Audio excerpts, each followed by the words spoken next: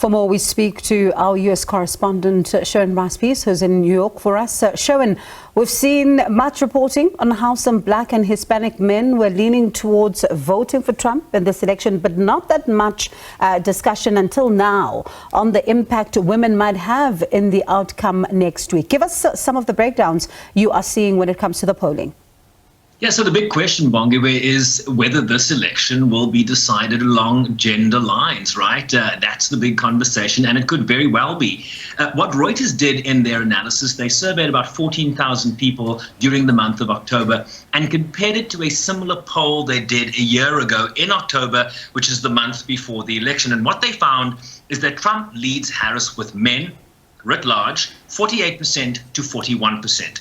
In 2022 against Biden, Trump led only by 45 to 41% to 44%. So he had a 1-point lead against Biden with men. He now enjoys a 7-point lead among men against Kamala Harris, largely because Hispanic men have moved in particular towards Donald Trump. To a certain extent, some black men have also moved in that direction, but largely Hispanic men want to vote for Trump. 19% of black men and 7% of black women will vote for Trump, up from 17% and 5% in the same poll in 2020. Trump is also the pick for 50% of white voters, down from 53%. So Kamala Harris making some inroads in that regard. Among voters without a college degree, Trump leads Harris 49 to 39% after leading Biden by only 2% at this point in 2020. Now let's look a little bit at what Harris is doing. Harris leads among college-educated voters, 55% to 34%, a 21-point difference. Harris also sees a marginal decline in support among black male and black female voters, but is still winning the vast majority of that demographic, Bongiwe. But among women overall, Harris enjoys a 12-point lead, 50% to 38%. Biden led among women by only 5 points in 2020, so she's been able to expand that lead a little bit. And what the polls don't account for in this instance are the first-time voters. Your first-time women voters in particular, that sort of 18 to 24 demographic. And the big question here is whether the conversation and the narrative around reproductive rights, the restrictions that we have seen states placed on abortion since the Supreme Court overturned 50 years of a precedent in terms of the federal right to abortion in this country. We have not seen a reaction nationally in terms of women reacting to this legislation that is being implemented in various states across the country. I will also say that I just saw a headline in the New York Times, Bongiwe. It reads, "White women could decide the election." White women represent the largest demographic in the electorate, around 30%. They have favored Trump in the past elections, but the polling is now indicating that Harris is taking a lead in terms of this largest demographic in terms of the electorate. The NBC News tracker that is looking at the early voting numbers says that 54% of women so far have voted, compared to 44% among men. Of course, this can still change in terms of in-person voting on election day come November 5th, but the trend lines do indicate that women are dominating in terms of ballots that are being returned. And then, of course, look at the rhetoric. You were just speaking a little bit about the insult-laden narrative that is emanating from the Trump campaign as it pertains to Kamala Harris, a woman in particular, right? Harris is mentally impaired, he says. She's mentally disabled. She has a low IQ. She's stupid. She's lazy, which is the racist trope associated with black people for generations, right? Insults, asking at one rally, does she drink? Is she on drugs? And this is something an analyst has weighed in on from the Brookings Institution. Her name is Elaine Carmack, and she talked about how this misogynistic language emanating from the Trump campaign might impact the election. Let's watch. He's really resorting to sort of 14-year-old kind of, back and forth. Kamala is stupid. Well, come on, she's not stupid. She's mentally deranged. She's obviously not mentally deranged. The way he talks about her is so weird and so misogynistic that it's just turning off women, and he's got a women problem. Okay, he's got a big gender gap problem, and the gender gap is not working to his advantage. So this whole stuff, right? This whole business about the enemy within, this whole business about throwing just kind of grade school kind of insults at Kamala Harris, that's turning off more and more women. And if he loses, it's going to be because a lot of women came out and voted against him. So, Bongi, are the men going to sway this in Trump's direction, or are the women going to sway this in Kamala Harris's direction? We have a few days before we can answer that question.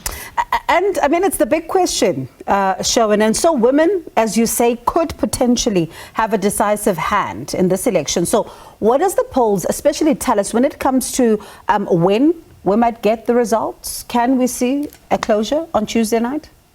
Yeah, it's an interesting question, because the polls indicate that things are extremely tight. The latest polls either show Kamala Harris with a slight national lead, or that it's essentially a dead heat, 48% to 48%. There's so many polls out over the last number of weeks, it's quite confusing. But what they consistently show us is that this is within the margin of error for both candidates, and depending on which team, which campaign has the better ground game in those critical swing states, your Pennsylvanias, your Wisconsins, your Michigans, Nevada, Arizona, North Carolina, Georgia, that is going to decide who wins this election. So the national vote, the popular vote, does not matter. Hillary Clinton won the popular vote in 2016, she lost the election. Al Gore won the popular vote in 2000, he lost the election. So the Electoral College is where this game is at. And so you'll see the campaigns, you'll see the principals of those two campaigns spend the rest of this time before Election Day